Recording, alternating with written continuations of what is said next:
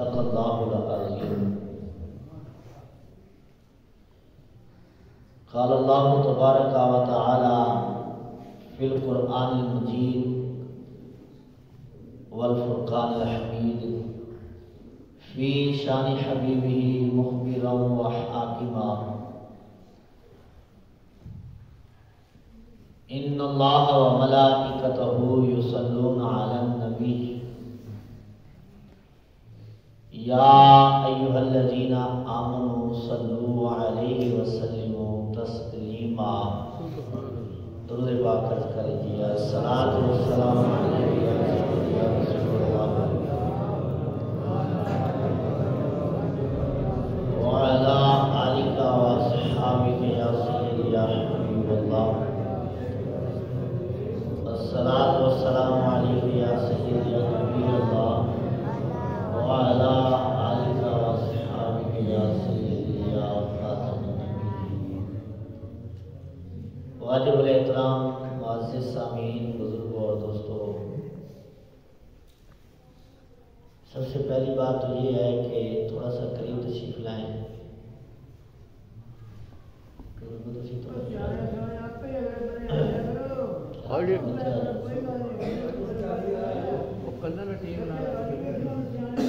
الصلاۃ والسلام علیک یا سیدی یا رسول اللہ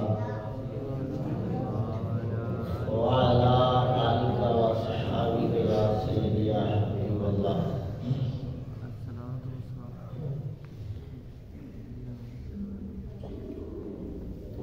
ہمارے پیارے آقا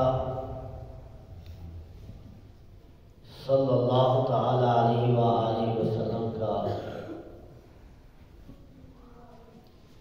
ارشاد پاک ہے، حضور علیہ الصلوۃ والسلام نے ارشاد فرمایا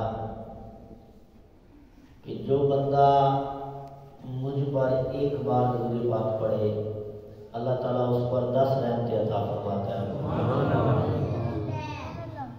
اور فرمایا جو بندہ 10 بار درود پاک پڑھے اللہ تعالیٰ اس پر 100 رحمتیں نازل فرماتا ہے۔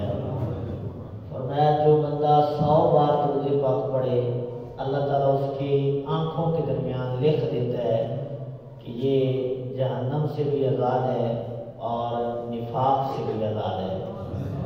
یعنی جو بندہ ہر روز 100 بار درود پاک پڑھتا ہے۔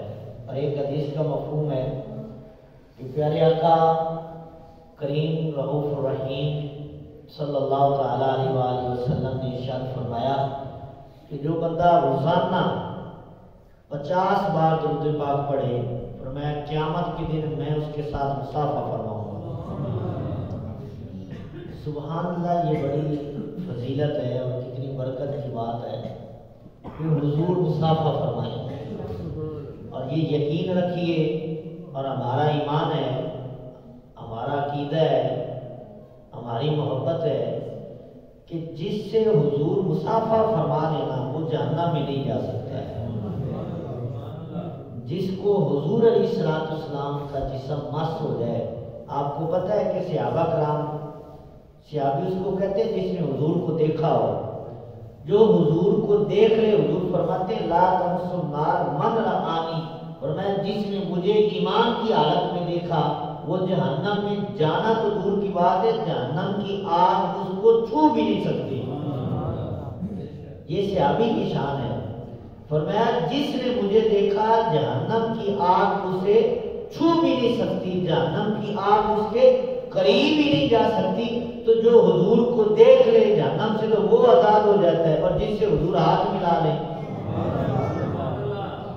جس سے حضور ہاتھ ملا لے، اور حضور فرماتے جو بندہ 50 بار درود پاک پڑھے گا میں اس کے ساتھ مصافحہ فرماؤں گا۔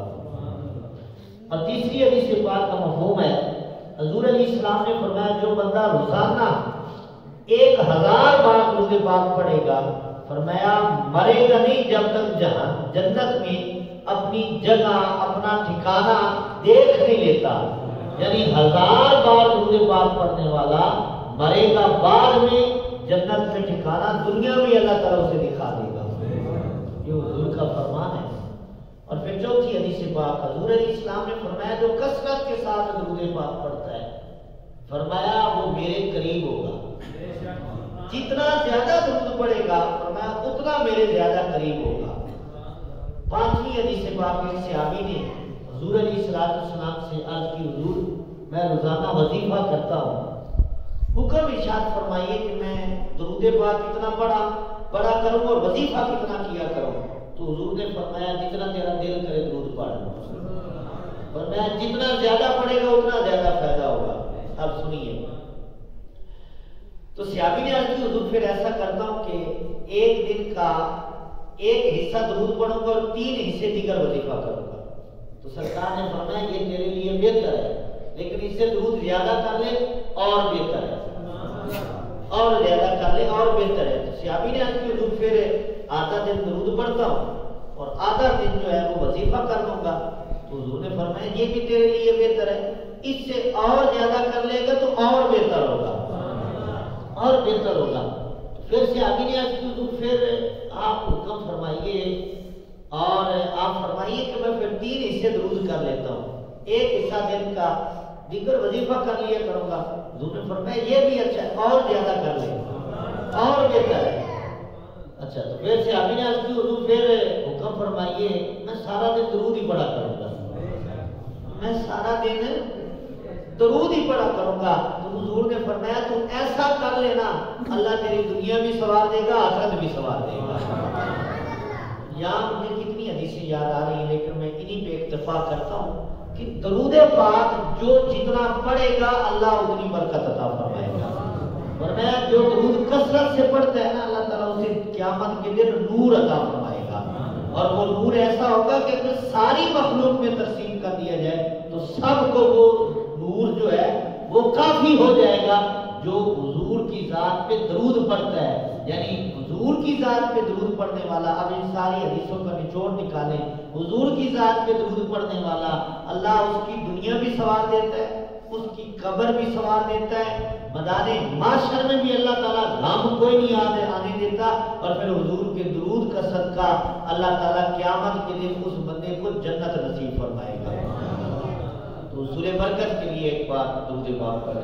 السلام علیکم یا رسول اللہ وعلا احترام بزرگوں اور دوستوں،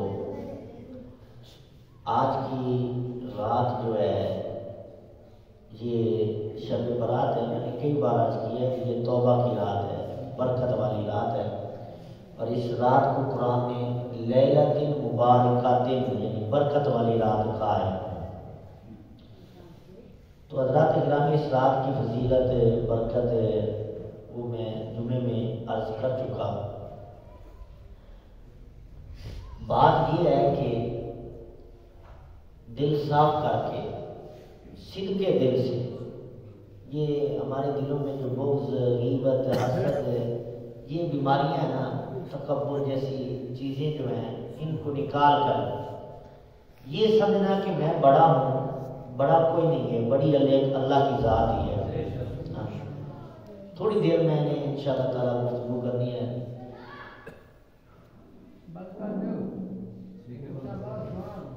انشاءاللہ تعالیٰ گفتگو کرنی ہے، لیکن گفتگو کا موضوع آسان سے یہ ہے کہ ہم نے اپنے آپ کو صاف کرنا ہے، کیونکہ ہم مومن ہیں، مسلمان ہیں، اور ہمارا دین اسلام ہے۔ آپ اگر غور کریں نا تو اللہ تعالیٰ نے ہمیں جو ایمان کی نعمت عطا فرمائی ہے یہ کسی اور کو نہیں ملی ہے، اور پھر اس نعمت کا صدقہ ہے کہ اللہ تعالیٰ نے ہمیں کائنات میں عزت عطا فرمائی ہے۔ یہ جو ہم ملکوں کے سامنے ذلیل ہو رہے ہیں یہ ہمارا قصور ہے، ہم نے اسلام کو سمجھا نہیں ہے، ہم نے اسلام پر عمل نہیں کیا ہے۔ آپ دیکھیں نا کہ ہم بازار میں اگر پانی کا کولر رکھتے ہیں، بلکہ بازار دور کی بات ہے، مسجد میں پانی کا کولر رکھتے نا تو اس میں جو گلاس ہوتا ہے اس کو بھی زنجیر لگاتے ہیں، رسی سے باندھا ہوتا ہے کہ کوئی گلاس کی کیا اوقات ہے وہ بھی لوگ اٹھا لیتے ہیں۔ یہ مسلمانی نہیں ہے، یہ اسلام کا تصور، یہ اسلام کا سبق نہیں ہے، یہ ہمارے حالات ہیں۔ یہ آپ دیکھیں مسجد کو تالا لگایا ہوتا ہے، مسجد کو تالا لگانے کی کیا ضرورت ہے؟ کیوں کہ ہمیں پتہ ہے کہ مسجد کھول دی تو لوگ ٹوٹیاں جو ہے وہ اتار لیں گے، یہ ہوتا نہیں ہے۔ ہر مسجد میں یہ ہوا ہے کہ جو پلاسٹک کی ٹوٹیاں آ کے لگانا پڑتی ہیں، کیوں کہ لوگ رہنے ہی نہیں دیتے۔ ہاں جی، تو یہ حالات، یہ اسلام کا نہیں سبق ہے۔ اگر کوئی کہے کہ یہ اسلام ایسا نہیں ہے۔ اسلام یہ سبق نہیں دیتا۔ اسلام جو سبق دیتا ہے وہ ہمیں شاید کی یاد نہیں۔ ہاں جی، کہ ہم جو ہیں مالدار بھی بن گئے، ہم جو ہے ہم نے جناب دنیا میں جاؤ جلال ہے، عزت، جو دنیا تو بڑی کما لی، لیکن کاش کہ ہم ایک اچھے مسلمان بھی بن پاتے۔ آپ دیکھیں نا ہماری گلیوں کا، ہمارے بازاروں کا کیا حال ہوتا ہے۔ ہر بندے کا یہ ہوتا ہے کہ میرا گھر جو ہے نا اس کا دروازہ ٹھیک ہو، باقی کا سب کچھ گزر جائے، مجھے اس سے کوئی تعلق نہیں۔ یعنی یہ تو اسلام سبق نہیں دیتا، یہ ہمیں ہمارا دین نہیں سبق دے رہا۔ ہمیں ہمارا دین یہ سبق دے رہا ہے کہ اپنا بعد میں سوچو، پہلے پڑوسی کا سوچو۔ کیا یہ حدیث پاک نہیں ہے؟ حضور علیہ الصلوۃ والسلام نے ارشاد فرمایا کہ جو بندہ خود تو پیٹ بھر کے کھائے اور اس کا پڑوسی بھوکا سو جائے، حضور نے فرمایا وہ ایسا ہے جیسے مجھ پہ ایمان ہی نہیں لایا۔ اللہ اکبر۔ حضور علیہ الصلوۃ والسلام کے ایک صحابی ہیں، بالکل سادی آدمی نے گفتگو کرنی ایسے، اور آپ توجہ جس طرح آپ کی توجہ اسی طرح توجہ رہے گی تو مجھے بھی کوئی بات کرنے کا جو ہے وہ فائدہ بھی ہوگا۔ اور یہ جو بات ہوتی ہے پہلے اپنے سے ہوتی ہے، پھر بعد میں دوسرے سے ہوتی ہے۔ تو بعض اب ایسا وہ کہتے ہیں کہ کتاب پڑھ رہے ہوتے ہیں نا تو اس وقت ہی آنسو جاری ہو جاتے ہیں، ہمیں تو اسی وقت تبلیغ ہو جاتی ہے۔ تو حضور علیہ الصلوۃ والسلام کے ایک صحابی فجر کی نماز پڑھتے اور جلدی اپنے گھر چلے جاتے، جلدی اپنے گھر کو جاتے۔ ایک دن حضور صحابہ کرام نے عرض کی حضور یہ بڑا جلدی جاتا ہے، دعا بھی نہیں مانگتا ہے، اور جلدی اٹھ کر جو ہے وہ گھر کا راستہ اختیار کر لیتا ہے، یہاں بیٹھتا ہی نہیں ہے۔ تو حضور علیہ الصلوۃ والسلام نے ایک دن اس کو روک لیا اور بٹھا لیا، حالانکہ حضور علیہ الصلوۃ والسلام دلوں کی جانتے ہیں۔ ہاں جی، وہ کوئی بات نہیں ہے جو حضور سے پوشیدہ ہو۔ ہاں جی، تو حضور علیہ الصلوۃ والسلام نے اس کو بٹھایا اور سرکار علیہ الصلوۃ والسلام نے فرمایا کہ تجھے کیا ہے، تو جلدی کیوں جاتا ہے؟ یا صحابہ کرام بیٹھے ہوتے ہیں اور حضور علیہ السلام کا یہ معمول تھا کہ حضور علیہ الصلوۃ والسلام مسجد کی فجر کی نماز ادا کر کے سرکار علیہ السلام صحابہ کرام میں بیٹھ جاتے ہیں، اور اشراق کی نماز پڑھ کر سرکار گھر تشریف لے کر جاتے تھے۔ حضور کسی نے مبارک میں لکھا ہوا ہے، اکثر حضور کا معمول یہ تھا، فجر کی نماز پڑھی حضور وہیں تشریف فرما ہو جاتے تھے اور غلاموں کی باتیں سنتے تھے۔ کسی صحابی نے کوئی خواب پیش کیا، کسی صحابی نے کوئی اپنا مسئلہ عرض کر دیا تو سرکار سنتے تھے اور بیٹھتے تھے، سرکار تشریف فرما ہوتے تھے اور حضور یعنی درس واعظ فرماتے تھے۔ تو صحابی رسول سے حضور علیہ السلام نے پوچھا کہ تجھے کیا جلدی کیوں جاتا ہے، نماز مسجد سے کیوں جلدی چلا جاتا ہے؟ تو اب صحابی کا جواب سنیے، یہ نہیں کہ انہوں نے کہا کہ میں نے کوئی کام کرنا ہوتا ہے جب میرے جانور بھوکے کھڑے ہوتے ہیں، یہ صحابی نے نہیں یہ کہا۔ صحابی نے عرض کی حضور ہے میرے پڑوسی کے گھر کھجور لگی ہوئی ہے، میرے پڑوسی میرا جو ساتھ گھر ہے نا اس کے گھر کھجور ہے، کھجور کا درخت ہے، اور رات کے وقت میں اس کی کھجوریں میرے گھر میں گر جاتی ہیں، اور میں نماز ادا کر کے جلدی اس لیے جاتا ہوں کہ اس کی کھجوریں اٹھا کر اس کے گھر کی طرف پھینک دوں کہ کہیں کوئی میرا بچہ اٹھ کر اس کی کھجور نہ کھا جائے۔ ہاں جی، یہ پڑوسی کا خیال ہے، اور یہ صحابی کا یہ عقیدہ اور یہ سبق صحابی نے دیا ہے۔ تو صحابی کی تربیت یہ کس نے کی ہے؟ یہ حضور علیہ السلام نے۔ حضور علیہ السلام نے فرمایا کہ حضرت جبریل امین مجھے پڑوسی کے بارے میں اتنا بتاتے رہے، اتنا مجھے جو ہے پڑوسی کے حقوق کا بیان کرتے رہے کہ سرکار علیہ السلام فرماتے ہیں کہ مجھے یہ محسوس ہوا کہ اللہ تعالیٰ نے وراثت کے اندر پڑوسی کا حق رکھ دینا ہے۔ اب وراثت میں حق رکھنے کے کیا مطلب ہے کہ وراثت میں حق کا مطلب یہ ہے کہ جب بندہ فوت ہوتا ہے نا تو اس کی وراثت تقسیم ہوتی ہے، اس کا مال ہے، اس کی زمین ہے، اس کی جائیداد اس کے بیٹوں میں تقسیم ہوتی ہے۔ اب یہ شریعت نے جو ہے وراثت کے حقوق بیان فرمائے ہیں، قرآن پاک میں 3 آیتیں موجود ہیں جس میں اللہ تعالیٰ نے وراثت کے سارے مسئلے بیان فرمائے ہیں۔ کس کا کتنا حق ہے، ماں کا کتنا حق ہے، بیٹے کا حق کتنا ہے، بیٹی کا حق کتنا ہے، ہاں جی باپ کا حق کتنا ہے، بیوی کا حق کتنا ہے، یہ سارے مسئلے جو ہیں قرآن میں اللہ تعالیٰ نے واضح طور پر بیان فرمائے ہیں۔ تو یہ وراثت میں یعنی حق رکھے گئے ہیں، جب بندہ فوت ہوتا ہے تو سرکار علیہ السلام نے فرمایا پڑوسی کے اتنے حقوق بیان کیے گئے، سرکار نے فرمایا مجھے محسوس ہوا کہ کہیں یہ وراثت جب تقسیم ہوتی ہے پڑوسی کا بھی اس میں حق نہ رکھ دیا جائے۔ اللہ اکبر۔ تو یعنی یہ اسلام سبق دے رہا ہے ہمیں، یہ اسلام کا تصور ہے، یہ اسلام کا وہ چہرہ ہے جو ہم سے جو ہے وہ پہچانا نہیں گیا، جس کو ہمیں سمجھنے کے لیے ضرورت ہے۔ یہ ہماری محافل یہ صرف جو ہے یہ چسکے لینے کے لیے جو نہیں ہوتی، ہمیں کچھ سبق حاصل کرنا ہے، کچھ سیکھنے کے لیے محافل ہوتی ہیں۔ ہمارا اکٹھا ہونا صرف نعت سن لی اور جناب بیان سن لیا، واہ واہ قاری صاحب نے کیا بیان کیا، کیا بیان کیا کہ سمجھ کوئی نہیں ہے، یہ بات نہیں ہے۔ کچھ سمجھنا ہے، کچھ سبق لینا ہے۔ سمرقند یہ شہر ہے جو فتح ہوا، اگر ہم اس کی تاریخ پڑھیں نا تو بڑی دلچسپ تاریخ ہے کہ اس کو کیسے فتح کیا گیا۔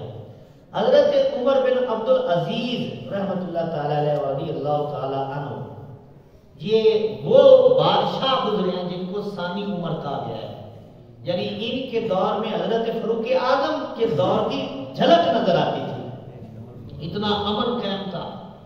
ہاں جی اکیلی عورت جو ہے وہ رات کا سفر کرتی تو اس کو کوئی نقصان اور ڈر خوف نہیں ہوتا تھا، یعنی اتنا امن حضرت عمر بن عبد العزیز رضی اللہ تعالیٰ عنہ کے زمانے میں قائم تھا۔ لوگوں کا ڈر خوف کسی کا نہیں تھا، یہ چور یہ ڈاکو یہ تو تصور ہی ختم ہو گیا تھا نا ان کے زمانے میں، یعنی اتنا عدل قائم کیا۔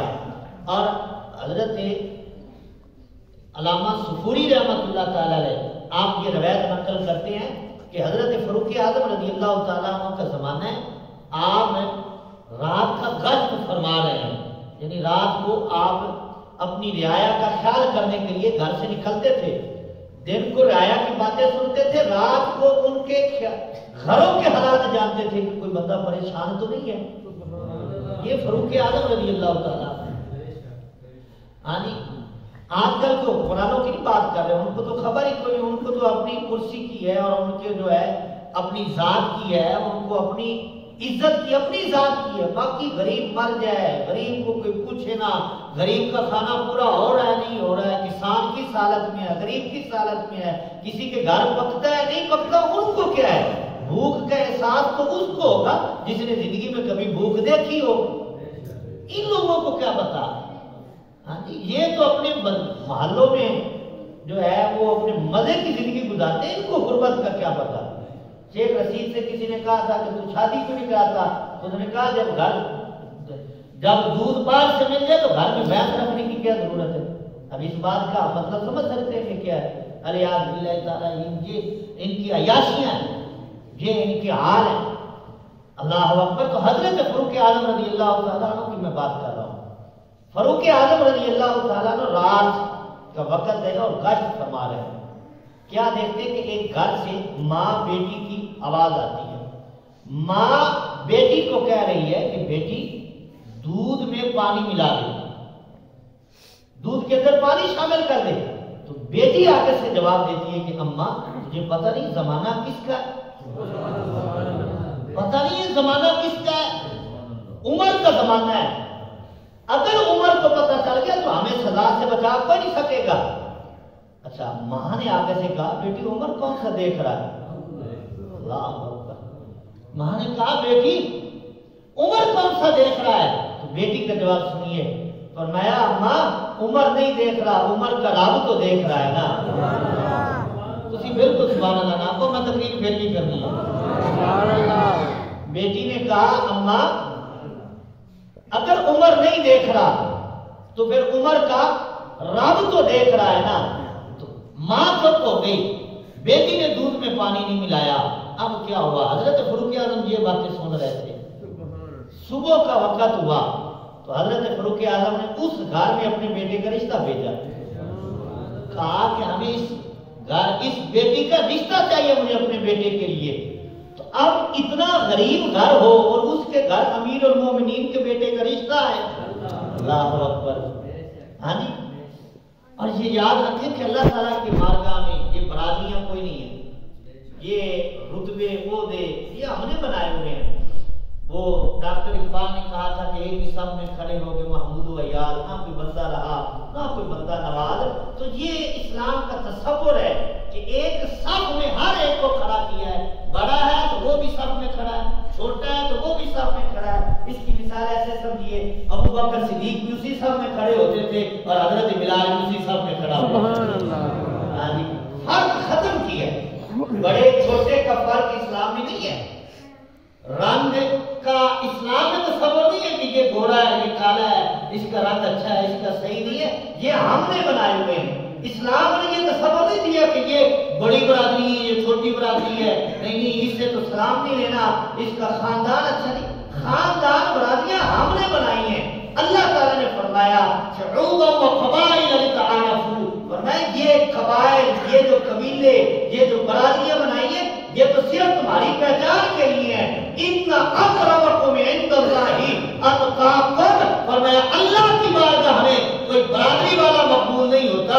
اللہ کی بارگاہ میں مقبول وہ ہوتا ہے جو زیادہ عبادت کرنے والا, جو متقی زیادہ ہوگا اللہ کی بارگاہ میں مقبول بھی زیادہ ہوگا. یہ نہیں ہے کہ یہ بڑی برادری کا پھر مقبول ہوگا, نہیں. برادری یہ ہم نے بنائی, برادری ہمارے نزدیک ہے. اللہ کی بارگاہ میں وہ مقبول ہے جو زیادہ متقی ہے, جو زیادہ عبادت کرنے والا ہے. اور میں جو زیادہ متقی ہوگا اللہ کی بارگاہ میں اس کی زیادہ عزت ہوگی. اللہ کی بارگاہ میں تو وہ مقبول ہے جو عبادت کرنے والا ہے. اللہ کی بارگاہ میں یہ تصور نہیں ہے. ہم دیکھیں اسلام نے یہ تصور دیا ہے کہ جب مکہ فتح ہوا ہے تو پھر کیا ہوا ہے, مکہ فتح ہوا, رمضان کا وقت ہوا تو بڑے بڑے لوگ, بڑے بڑے سردار, ابو سفیان بھی کھڑے ہوئے ہیں, مکہ شریف کے جو بہت بڑے تاجر حضرت عثمان غنی بھی کھڑے ہوئے ہیں, حضرت ابوبکر صدیق کا مقام کوئی تھوڑا ہے وہ بھی کھڑے ہوئے, حضرت فاروق اعظم جیسی ہستی بھی کھڑی ہوئی ہے. جب اذان کا وقت ہوا تو لوگوں نے دیکھا کہ آج کون اذان دے گا, تو حضور نے فرمایا آج اذان کون دے گا, بلال ہی دے گا. اذان تو بلال نہیں دینی ہے. فرمایا بلال پھر کعبے کی چھت پہ کھڑے ہو کے دینا. جب حضور نے حضرت بلال سے اذان کیوں کروائی ہے, پتہ ہے اس بات کا نہیں. حضرت صدیق اکبر اذان نہیں کہہ سکتے تھے, حضرت فاروق اعظم اذان نہیں کہہ سکتے تھے, حضرت عثمان غنی کو اذان نہیں آتی تھی, حضرت شیر خدا کو اذان نہیں آتی تھی. حضور کے خاندان سے, حضور کے رشتہ دار ہیں, ہاں جی بڑے بڑے لوگ کھڑے ہیں, لیکن حضور نے حضرت بلال کو چھت پہ کیوں کھڑا کیا ہے, اس کی ایک وجہ ہے. اور پھر دوسری بات دیکھیے, جب حضور علیہ السلام مکے کے فاتح بن کر مکہ شریف میں داخل ہوئے ہیں, جب سرکار علیہ السلام نے مکہ فتح کر لیا, حضور علیہ السلام سواری پہ جلوہ گر ہے, اونٹنی پہ جلوہ گر ہے جس کا نام قصوہ ہے. اور یہ وہی اونٹنی ہے جو حضرت ابوبکر صدیق نے ہجرت کی رات حضور کو پیش کی تھی. ہاں جی یہ وہی اونٹنی ہے. اچھا, حضور علیہ السلام سواری پر سوار ہے, حضور کے ساتھ طریق کہتی ہے ایک بچہ بیٹھا ہوا تھا. اس دن حضور کے ساتھ سواری پر ایک بچہ سوار تھا حضور کے پیچھے, عربی میں اس کو ردیف کہتے ہیں, یعنی حضور کا ردیف ایک بچہ تھا. اس بچے کی ہسٹری پڑھے, تاریخ پڑھے, وہ کون بچہ تھا, کہتے ہیں وہ ایک غلام کا بیٹا تھا جس کا نام اسامہ بن زید ہے. زید یہ غلام ہے, نسلی غلام ہے, نسل در نسل غلام ہے. حضور نے کی بارگاہ میں آئے, حضور نے آزاد کر دیا, پھر اپنا منہ بولا بیٹا بنا لیا جس کا نام قرآن میں موجود ہے. یعنی حضرت زید رضی اللہ عنہ کے بیٹے حضرت اسامہ, حضور نے ان کو اپنے ساتھ سواری پر بٹھایا ہے. حضور علیہ السلام نے حضرت امام حسن کو نہیں بٹھایا, حضرت امام حسین کو نہیں بٹھایا, حضرت صدیق اکبر کے بیٹے کو سواری پہ سوار نہیں کیا, فاروق اعظم کے بیٹے کو سوار نہیں کیا, حضرت عثمان غنی کے بیٹے کو سوار نہیں کیا. ایک غلام کے بیٹے کو سوار کیا ہے, ایک غلام کے بیٹے کو سواری پر سوار کیا ہے, اور دوسرے غلام کو جو ہے وہ کعبے کی چھت میں کھڑا کیا ہے. اور حضور نے بتایا تو یہی ہے نا کہ آج کے بعد جو ہے کوئی غلام نہیں رہے گا جو کلمہ پڑھ لے گا سب عزت پا جائیں گے۔ پھر حضرت بلال کعبے کی چھت پہ کھڑے ہوئے اذان کہی ہے، کیوں کہ زمانے والوں کو پتہ چلے کہ غلام اس وقت تک تھے جب تک حضور کی بارگاہ میں آئے نہیں تھے، جب تک بکے نہ تھے تو کوئی پوچھتا نہ تھا، جب تک بکے نہ تھے تو کوئی پوچھتا نہ تھا، حضور نے خرید کر انمول ہی کر دیا ہے۔ سرکار کی غلامی میں آئے نا، تو حضرت بلال کو جب حضرت ابوبکر صدیق نے عزال کیا ہے، خریدا ہے، اور یہ بھی کیا حسین داستان ہے۔ حضرت صدیق اکبر نے اجازت چاہیے، حضور میں حضرت بلال کو خریدنا چاہتا ہوں، تو سرکار نے فرمایا خریدنا چاہتا تو میری رقم بھی شامل کر لے، میرے پیسے بھی شامل کر لے۔ ہاں جی، تو حضرت ابوبکر صدیق نے حضرت بلال کو اس کے جو امیہ بن خلف تھا اس سے آزاد کروایا، بڑی رقم ادا کی، ہاں جی بڑی رقم ادا کر کے ایک غلام بھی اپنا خوبصورت اس کو دیا، بڑی رقم دی اس کو خرید کر۔ جب حضرت ابوبکر صدیق چلے نا تو امیہ بن خلف نے کہا اے ابوبکر میں تو تجھے بڑا سیانا بڑا سمجھدار عقل مند سمجھتا تھا، لیکن آج تجھے گھاٹا پڑ گیا، آج میں نے تجھے لوٹ لیا ہے، آج جو ہے نا تیرا سودا ٹھیک نہیں ہوا۔ تو حضرت ابوبکر صدیق نے فرمایا تجھے کس نے کہا ہے میں نے گھاٹا کھایا ہے؟ فرمایا آج اگر تو مجھے کہتا نا کہ غلام بن جا، مجھے حضور نے بھیجا تھا، میں نے حضرت بلال کو خریدنا ہی تھا، اگر تو کہتا ابوبکر صدیق تو غلام بن جا، فرمایا میں تیری غلامی کرتا لیکن حضرت بلال کو میں آزاد کر کے لے کر جاتا۔ سبحان اللہ، تجھے کس نے کہا ہے میں نے گھاٹے کا سودا کیا؟ فرمایا آج ہی تو سودا کر کے جا۔ حضرت بلال کو خریدا، جو میں بات عرض کرنا چاہتا ہوں، گھر لے کر گئے حضرت ابوبکر صدیق، جا کر ان کے زخموں پہ ملہم لگایا، ان کے زخموں کی دیکھ بھال کی۔ جب حضرت بلال کو تھوڑا ہوش آیا نا تو حضرت بلال کہتے پھر چلیں حضور کی بارگاہ میں، پھر چلیں حضور کی بارگاہ میں۔ تو کتنی ان میں تڑپ ہوگی جنہوں نے مارے حضور کی ذات کے لیے کھائیں گے، سرکار کے نام پہ مار کھاتے رہے نا۔ کہ امیہ بن خلف کہتا تھا کہ ان کا تو نام نہ لے، تو کبھی جناب ریت پہ لٹا دیا ہے، کبھی چار پہ رکھ کر اوپر سو گیا، کبھی ہاتھوں میں تیر ٹھوک دیے، کبھی بچے پیچھے لگا دیے ہیں، کبھی اوپر پتھر رکھ دیا ہے۔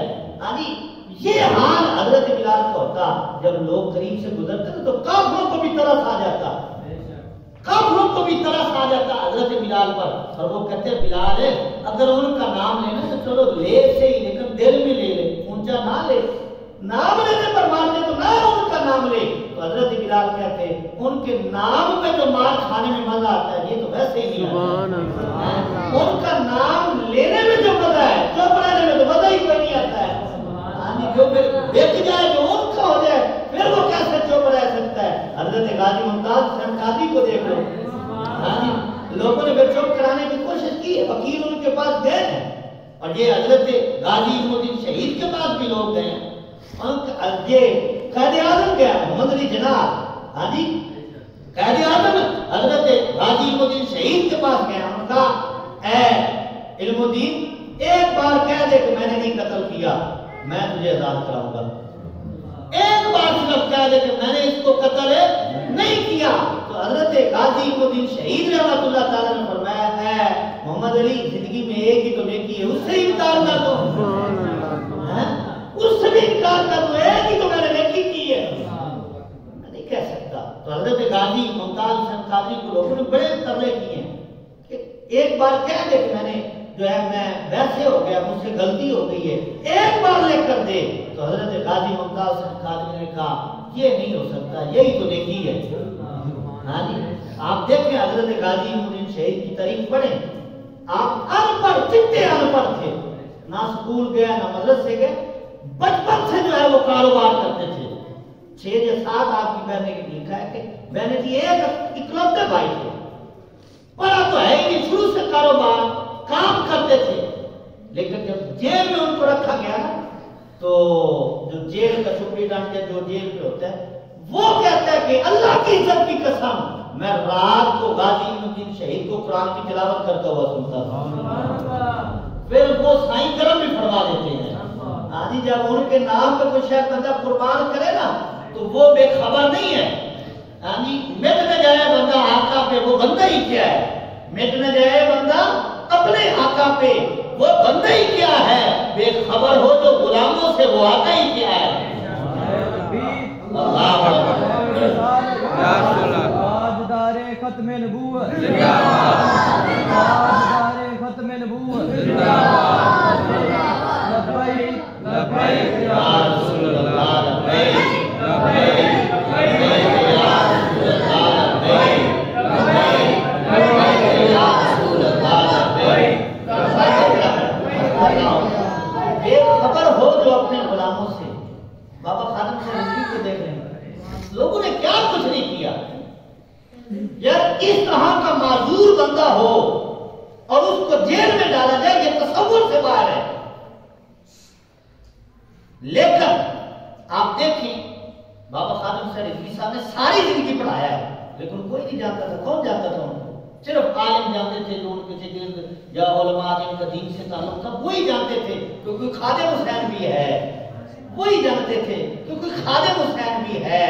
لیکن پھر چند دن حضور کی ختم نبوت کا نام لیا، یعنی یہ فائز عیسیٰ جیسے خبیث انسان، انہوں نے مٹ جانا ہے، ان کا نام ہی کوئی نہیں لینے والا رہنا، اور دیکھنا بابا خادم حسین رضوی کا قیامت تک نام لیا جائے، یہ تو ختم ہو جائیں گے۔ بڑے بڑے بادشاہ نہیں آئے، ہاں جی، یہ مغلیہ بادشاہ سلطنت کتنے دن میں کیا ان کو وہ ایسے لوگ تھے جو وہ اشارے سے جو ہے وہ لوگوں کا کام کر دیتے تھے۔ آج دیکھ لیں بادشاہ کیسے بندے کو بندہ نہیں سمجھتے، لیکن یہ یاد رکھیں اللہ کی لاٹھی میں آواز ہے، ہاں جی، ان کا نام کوئی نہیں لینا، نام اسی کا لینا جس نے حضور کا نام لیا ہے، ہاں جی، اسی کا نام رہے گا جو حضور کا نام لے گا۔ بھائی یہ کوئی نہیں نام لینے والے، ابو جہل کا کوئی نام لینے والا ہے؟ یزید کا کوئی نام لینے والا ہے؟ ہاں جی، کوئی ان کو اچھے لقب سے یا اچھے جو طریقے سے یاد کرتا؟ کوئی بھی نہیں کرتا۔ کیوں؟ کہ انہوں نے حضور کا نام نہیں لیا۔ حضرت بلال کو کیوں یاد کر رہے ہو مسجد میں بیٹھ کر؟ حضرت بلال کے نام پر تمہارے آنسو کیوں جاری ہو جاتے ہیں؟ تمہارے دل کی کیفیت کیوں بدل جاتی ہے؟ ایمان کو تازگی کیوں ملتی ہے؟ حضرت بلال تو حبشی ہے نا، ان کا تو کوئی خاندان ہی نہیں بڑا ہے۔ ابو جہل کا تو بڑا خاندان تھا، ہاشمی خاندان سے ابو جہل اللہ، یہ ہاشمی خاندان سے ہے، ہاں جی، اتنا بڑا نام ہے ان کا۔ وقت کے وہ جناب جو فرعون بنے ہوئے تھے، ابو ہیکل اس کو کہتے تھے، لیکن ذلیل کیوں ہوا؟ اس نے حضور کا نام نہیں لیا۔ حضرت بلال کو اللہ نے آج بھی عزت عطا فرمائی ہے کہ انہوں نے حضور کا نام لیا۔ اس سے ہم سمجھ سکتے ہیں کہ عزت کیسے ملتی ہے۔ ہاں جی، بابا جی کو کون جانتا تھا پہلے؟ آج نام ان کے نام پہ لوگ بچت جاتے، کیوں؟ کہ انہوں نے دل سے، صدقے دل سے حضور کا نام لیا ہے، حضور کی ختم نبوت کا کام کیا ہے، پہرا دیا ہے، لوگوں نے بڑی قیمت لگائی ہے، لیکن بابا نے کہا ہم کیا، ہماری جوتی بھی نہیں بک سکتی ہے۔ پھر کیا ہے، آج لوگ ان سے عقیدت بھی کرتے، محبت بھی کرتے ہیں۔ ہاں جی، تو حضرات اکرام میں یاد کر رہا تھا، حضرت بلال رضی اللہ تعالیٰ، حضرت بلال رضی اللہ تعالیٰ کو حضرت صدیق اکبر نے جب زخم پہ مرہم لگائی نا، تو حضرت بلال سوچنے لگ گئے کہ غلاموں کے ساتھ بھی ایسا سلوک ہوتا ہے، جن کا باپ بھی غلام، جن کی ماں بھی کسی کی لونڈی، خدمت ہی کرتے رہے ساری زندگی، غلامی میں گزاری اور اتنی عزت، لیکن یہ تو ابھی ابو بکر صدیق تھے۔ اچھا، اب کہتے ہیں کہ حضور کے پاس چلیے، تو سرکار حضرت ابو بکر صدیق رضی اللہ عنہ نے فرمایا پھر چل، پھر چل۔ اب جب یہ طرف لے کر، یہ چاشنی لے کر، ہم غور کر سکتے، سوچ سکتے کہ حضرت بلال کے اندر اس وقت کتنی تڑپ ہوگی کہ جس کے نام کے لیے ساری زندگی مار کھاتے رہے ہیں، آج وہ نبی سامنے ہوگا۔ اللہ اکبر۔ اچھا، اب حضرت بلال کا تصور ذہن میں یہ تھا کہ میں غلام ہوں، جس طرح غلاموں سے لوگ کرتے ہیں۔ وہ وقت تھا کہ غلام ایسے لوگ اتنی جو منحوس غلام ذات سمجھتے تھے کہ اگر غلام کا سایہ پڑ جاتا تھا تو اس پر بھی اس کو مارتے تھے۔ اتنی بے عزتی غلام کی، اور غلام کو نیچ سمجھتے تھے کہ اگر غلام دھوپ میں کھڑا ہے تو وہ آقا اگر بیٹھا ہوا ہے نا سائے میں، تو اس کو اجازت نہیں ہوتی تھی کہ وہ بھی آ کر سائے میں بیٹھے۔ اللہ کیا عزت تھی بندے کی، کس نے عزت دی ہے؟ بندے کی عزت کوئی نہیں تھی۔ آج ہم جانوروں کی منڈیاں لگاتے ہیں، اس وقت یہ ہوتا تھا کہ بندوں کی منڈیاں لگتی تھی، بندے بیچے جاتے تھے بازاروں میں، مرد بیچے جاتے تھے۔ ایک بندہ ہے اس کو پکڑا ہوا ہے، کہتے اس کی قیمت لگاؤ، کتنے کا لوگے؟ یہ بندے کی عزت ہے۔ ماں کی عزت کوئی نہیں تھی، بیٹی کی عزت کوئی نہیں تھی، بہن کی عزت کوئی نہیں تھی۔ کوئی بھائی گوارا ہی نہیں کرتا تھا کہ کوئی مجھے کہے کہ یہ میرا برادر اللہ ہے، یہ وہ اس کو جو ہے وہ ذلت والا رشتہ سمجھتے، کوئی بھائی برداشت نہیں کرتا تھا، ماں جو باپ ہے وہ بیٹی برداشت نہیں کرتا تھا، عزت ہی کوئی نہیں تھی، انسانیت کی عزت کوئی نہیں تھی۔ اگر انسانیت کو عزت دی ہے تو وہ اللہ کے محبوب نے آ کر دی۔ میں صرف ایک رشتے غلام کی بات کر رہا ہوں، باقی ہزار رشتے ہیں جن کو عزت اللہ کے محبوب نے دی ہے۔ انسان تو انسان ہے، حضور نے آ کر جانوروں کو بھی عزت عطا کر دی، جانوروں کو بھی عزت۔ اگر ہم دیکھیں حضور علیہ السلام کی تشریف آوری سے پہلے لوگ کیا کرتے تھے؟ جانور رسی سے باندھ کر اس کو تیر سے نشانے لگاتے تھے، نشانے پکے کرتے تھے جانوروں پر، اور زندہ جانور تیر مار مار کر جو ہے اس کو اس طرح جو ہے وہ مار دیتے تھے، زندہ جانور کی کھال اتار دیتے تھے۔ یہ جانوروں کے ساتھ حضور علیہ السلام تشریف لائے، سرکار علیہ السلام نے ان ساری باتوں سے روکا بھی، منع بھی فرمایا۔ جہاں حضور نے انسانوں کے حقوق بیان فرمائے، وہاں اللہ کے محبوب نے جانوروں کے بھی حقوق بیان فرمائے۔ یہ حضور علیہ السلام۔ اچھا اب حضرت بلال رضی اللہ تعالیٰ عنہ، بات پھر لمبی ہو جاتی ہے۔ حضرت بلال رضی اللہ تعالیٰ عنہ جب حضرت صدیق اکبر کے ساتھ حضور کی خدمت کی طرف چلے، سرکار کی بارگاہ کی طرف چلے، تو اب جب سرکار علیہ السلام کی بارگاہ میں حاضر ہوئے نا، پیچھے بیٹھ گئے، پیچھے بیٹھ گئے، جوتیوں والی جگہ پہ بیٹھ گئے۔ غلام تھے نا، ایک تصور تھا غلامی کا کہ وہاں غلام ہے، تو حضرت ابوبکر صدیق نے غلامہ خریدا ہی ہے نا، تو غلامی تو یہاں بھی کرنی ہے۔ غلامی کے لیے خریدا اور کس کے لیے مجھے خریدا ہے؟ کیونکہ باپ بھی غلام ہے، ماں بھی غلام ہے، خاندان غلاموں کا۔ تو کہنے لگے خریدا ہی اس لیے کہ میں نے وہاں بھی غلامی کرنی تھی، حضرت صدیق نے خرید لی ہے، چلو یہاں بھی غلامی کرنی ہے۔ وہ پیچھے بیٹھ گئے جوتی والی جگہ پہ، تو حضور علیہ السلام نے حضرت بلال کو دیکھ کر فرمایا آگے آ نا۔ حیران ہو گئے کہ یہ غلاموں کی عزت ہے، اللہ اکبر۔ حضور علیہ السلام نے فرمایا بلال آگے آ۔ حضرت بلال تھوڑا آگے آ کر بیٹھ گئے، تو سرکار نے فرمایا بلال اور آگے آ۔ حضرت بلال تھوڑا سا اور آگے ہو گئے، ڈر رہے کہ میں غلام ہوں، میں نے تو خدمت کرنی، میں آقا کے قریب کیسے بیٹھ سکتا ہوں؟ میں ایک کافر آقا کے پاس نہیں بیٹھ سکتا تھا، یہ تو نبیوں کے سردار ہیں، میں مسلمانوں کے آقا ہے، میں ان کے قریب کیسے بیٹھوں گا؟ اب جب سرکار نے تھوڑا اور آگے بلایا، حضرت بلال ڈرتے ڈرتے تھوڑا آگے ہوئے۔ جب اور تھوڑا آگے ہوئے نا، تو حضرت بلال تو حیران ہی ہو گئے کہ جب حضرت بلال کے لیے حضور نے ایسے بائیں کھول دی۔ سرکار علیہ السلام نے فرمایا بلال قدموں میں نہیں بیٹھنا، سینے سے لگنا ہے، آج حضرت میرے قریب ہو۔ ہاں جی، اب حضرت بلال کا کیا حال ہوا ہوگا کہ جب حضور نے فرمایا کہ بلال بیٹھنا نہیں ہے، قدموں میں نہیں بیٹھنا، میرے سینے سے لگنا ہے، تو پھر ان کے تو زخم گئے نا، پھر دکھ تو سارے بھول گئے۔ ہاں جی، کہ سرکار فرمایا کہ میرے قریب آ، اور پھر اتنا قریب آ تو حضور نے سینے سے ہی لگا لیا ہے، اللہ اکبر۔ تو پھر حضرت بلال کو دکھ کوئی نہیں یاد رہا۔ تو حضرت بلال کا تصور میں بھی یہ نہیں تھا کہ غلاموں کو اتنی عزت دی جاتی ہے، تو حضور نے غلاموں کو یہ عزت دے کے زمانے کو بتایا ہے کہ ہمارے ہاں غلام نہیں ہوتا، سب برابر ہوتے ہیں۔ اور حضرت فاروق اعظم کا زمانہ ہے، قطار لگی ہوئی ہے، لوگ لائن میں لگے ہوئے ہیں، ملنے کے لیے ترس رہے ہیں، مسافہ کرنے کے لیے لائن لگی ہوئی ہے، اسی لائن میں آ کر حضرت بلال بھی کھڑے ہو گئے۔ حضرت فاروق اعظم کا زمانہ ہے، حضرت بلال بھی ملنے کے لیے آئے، قطار میں کھڑے ہو گئے، تو حضرت فاروق اعظم کی نظر پڑ گئی، حضرت فاروق اعظم کی نظر پڑ گئی۔ حضرت فاروق اعظم نے حضرت بلال کو دیکھ لیا، فرمایا بلال تو قطار میں نہیں لگے گا، فرمایا بلال تو قطار میں نہیں لگے گا، ادھر قطار چھوڑ کر میرے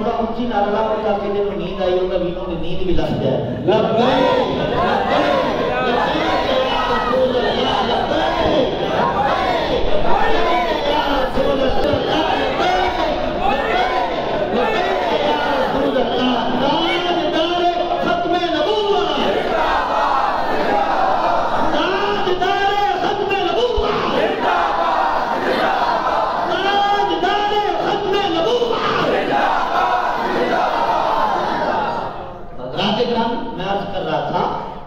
مسجد وہ مسجد ہے جس میں حضور کی شان بیان کی جائے، ہاں جی، جس میں حضور کی عزت کی بات کی جائے.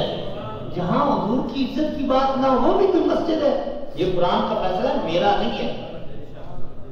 حضرت فاروق اعظم کا زمانہ ہے اور تفسیر روح البیان کی یہ روایت موجود ہے. سورہ عبسہ وتولیٰ کے تحت یہ روایت ہے. حضرت فاروق اعظم رضی اللہ تعالیٰ عنہ کا زمانہ ہے کہ ایک نبینہ امام آپ نے مقرر کیا ایک جگہ پر. جب امام مقرر کیا کچھ عرصہ وہ امامت کرواتا رہا. ایک دن ان کی شکایت آئی اس امام کی کہ یہ ہر روز فجر کی نماز میں سورہ عبسہ وتولیٰ پڑھتا ہے اور کوئی سورت نہیں پڑھتا، کوئی سورت نہیں پڑھتا، ہر روز اسی کی تلاوت کرتا ہے. حضرت فاروق اعظم سمجھ گئے کہ کوئی بات ضرور ہے اس کے دل میں، تو یہی سورت پڑھتا ہے. آپ نے اس کو بلا لیا. جب بلایا گیا تو اس سے فرمایا کہ ہاں بھی بتا کیا بات ہے، تو یہ سورت کیوں پڑھتا ہے، تجھے اور کوئی سورت نہیں آتی؟ اس نے کہا مجھے آتی ہے، سبحان اللہ، مجھے اور بھی سورتیں آتی ہیں، اور میں پھر یہ سورت کیوں پڑھتا ہے؟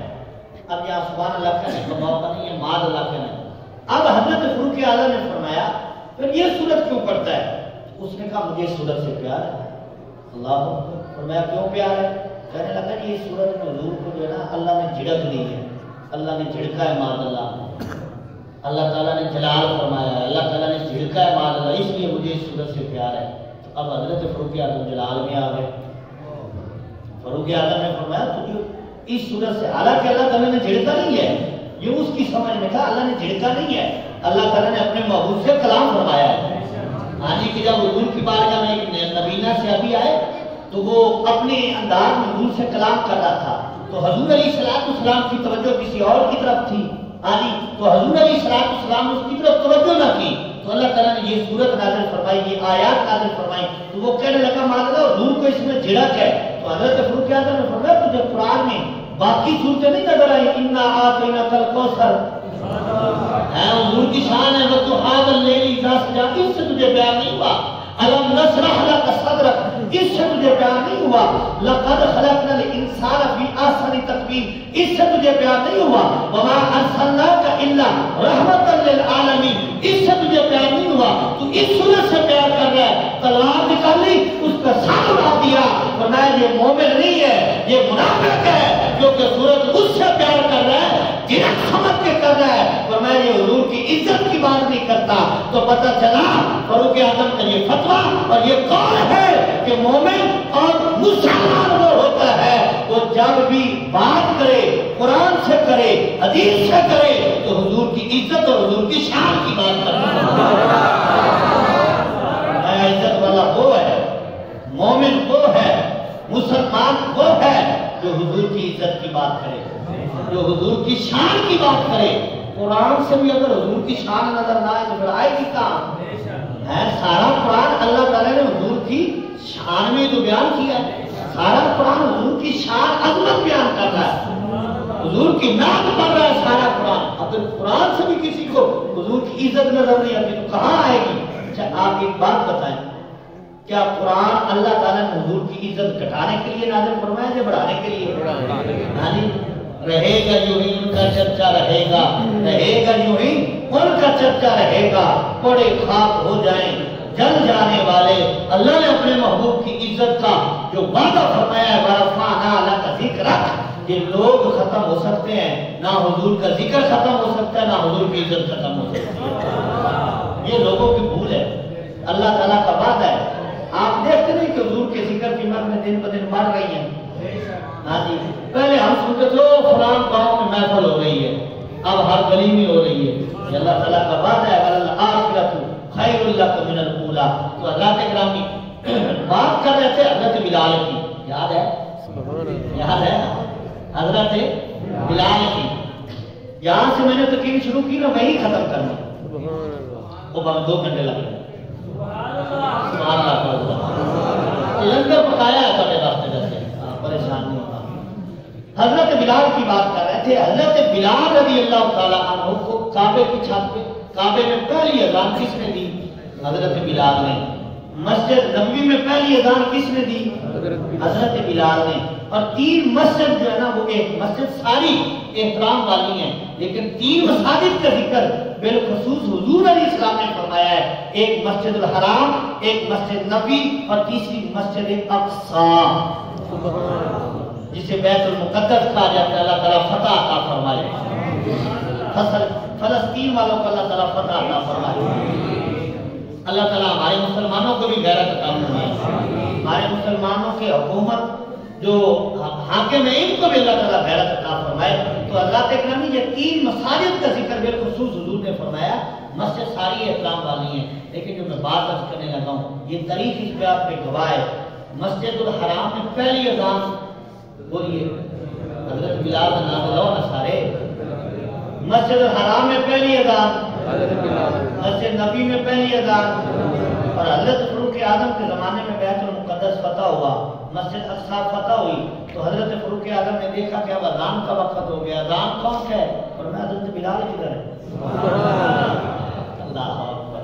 حضرت بلال کدھر ہے؟ تو حضور کے وصال کے بعد ایک اذان حضرت بلال نے کہی تھی جو مسجد اقصی میں پڑھی تھی. ایک اذان کہی تھی حضور کے وصال کے بعد. ہم کہتے ہیں کہ حضور کے وصال کے بعد حضرت بلال نے اذان نہیں کہی، مسجد اقصی میں کہی ہے. اور ویسے حضور نے بھی ایک اذان پڑھی ہے. یہ اعلیٰ حضرت نے فتاوی رضویہ میں لکھا ہے. لوگ کہتے ہیں حضور نے کوئی اذان نہیں پڑھی. زندگی میں حضور نے ایک اذان پڑھی ہے. کہیے ذرا سبحان اللہ. حضور نے کتنی اذانیں پڑھی ہیں؟ عمرے کتنے کی ہیں؟ 4. عمرے 4، حج 1. حضور نے ایک اذان زندگی میں پڑھی اور وہ بھی سفر میں پڑھی ہے. اللہ اکبر. حضرت اکرام میں عرض کر رہا تھا کہ حضرت بلال کو اللہ نے کتنی، حضور نے کتنی، اسلام نے کتنی عزت عطا فرمائی ہے. اس بات پہ ہم نے غور کر رہے تھے کہ کعبے میں پہلی اذان حضرت بلال پڑھے، مسجد نبی میں پہلی اذان حضرت بلال پڑھے، اور بلکہ اسلام کی پہلی اذان پڑھی حضرت بلال نے. اور مسجد اقصی میں اگر پہلی اذان پڑھی گئی ہے تو وہ بھی حضرت بلال نے پڑھی ہے. تو پھر بندہ بلال سے پوچھے تو صحیح رضی اللہ تعالیٰ عنہ کہ اسلام نے آپ کو کتنی عزت عطا فرمائی ہے. تو وہ یہی فرماتے نظر آتے ہیں کہ جب تک بکے نہ تھے تو کوئی پوچھتا نہ تھا، جب تک بکے نہ تھے تو کوئی پوچھتا نہ تھا، آقا نے خرید کر انمول کر دیا. حضور نے خرید کر انمول کر دیا. حضور کی غلامی آئی ہے، حضور کی غلامی میں آئے ہیں تو ان کا نام ہوا ہے نا. یہ تو حضرت بلال کو کون جانتا ہے؟ حضرت بلال جیسے کتنے چلے گئے دنیا سے، کسی کا نام نہیں. بڑے بڑے بادشاہوں کا نام کوئی نہیں ہے، لیکن ان کا آج بھی نام ہے. ہاں جی. تو حضرت اکرامی سمرقند کی بات ہوئی. سمرقند کیسے فتح ہوا؟ زمانہ کس کا ہے؟ حضرت عمر بن عبد العزیز کا. حضرت فاروق اعظم نے وہ جب رشتہ بھیجا اس مائی کے گھر کی جو رات کو کلام کر رہی تھی، اپنی بیٹی سے بیٹی کا عمر نہیں دیکھتا تو عمر کا رام دیکھ رہا ہے. حضرت فاروق اعظم کے بیٹے سے اس لڑکی کا رشتہ ہوا، پھر اس لڑکی سے جو بچہ پیدا ہوا اس کے آگے جو اولاد ہوئی اس کا نام عمر بن عبد العزیز ہے. اس کا نام عمر بن عبد العزیز ہے. یعنی یہ حضرت فاروق اعظم کے نواسے لگتے ہیں، بلکہ پوتے لگتے ہیں فاروق اعظم کے. اسی لیے تو ان کے زمانے میں عدل ہے. ہاں جی. اسی لیے تو عدل انہوں نے قائم کیا. انصاف کا زمانہ جو ہے ایک دنیا کو دکھلایا ہے کہ اسلام کتنا انصاف پسند اور عدل پسند اسلام دین ہے. تو یہ حضرت عمر بن عبد العزیز رضی اللہ تعالیٰ نے تاریخ رقم کی ہے. میں اصل میں بات کرنے لگا تھا سمرقند کی کہ سمرقند جب فتح ہوا، حضرت عمر بن عبد العزیز کا زمانہ ہے. آپ کا جو سپہ سالار تھا اس نے چپ کر کے بیٹھو، دروازہ بند کر. حضرت عمر بن عبد العزیز کا زمانہ ہے. آپ کا جو سپہ سالار تھا، فوج کا سربراہ تھا، چیف جسٹس، اس نے سمرقند پہ حملہ کیا. اور ان کو بتایا نہیں ہے.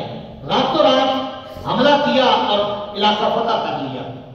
جب علاقہ فتح ہو گیا, مسلمانوں کی حکومت ہو گئی, مسلمانوں نے سب کو جو ہے اپنے زیر تحت کر لیا.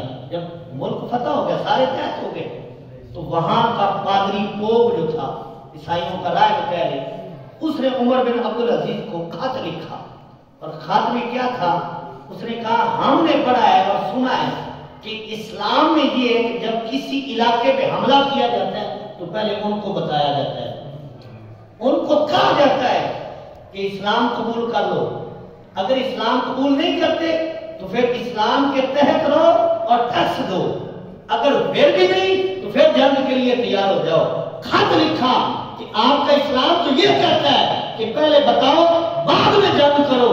جی آپ کا فوجی سردار آیا ہے, اس نے بتایا نہیں ہے, اس نے بتایا نہیں, ہم پہ حملہ کر دیا اور ہمارا علاقہ فتح کر لیا ہے. یہ خط حضرت عمر بن عبدالعزیز کے گھر آیا, اور وہ قاصد لے کر جب آیا نا, اس نے لوگوں سے پوچھا کہ تمہارے بادشاہ کا گھر کہاں ہے؟ اس کا فلاں گلی میں ہے, فلاں گلی میں ہے. جب وہ گلی میں آیا, جس مکان کا بتایا گیا اس کے دروازے پر آیا تو کیا دیکھتا ہے کہ اس گھر کا جو مالک ہے نا, وہ گھر کی چھت کی لپائی کر رہا ہے.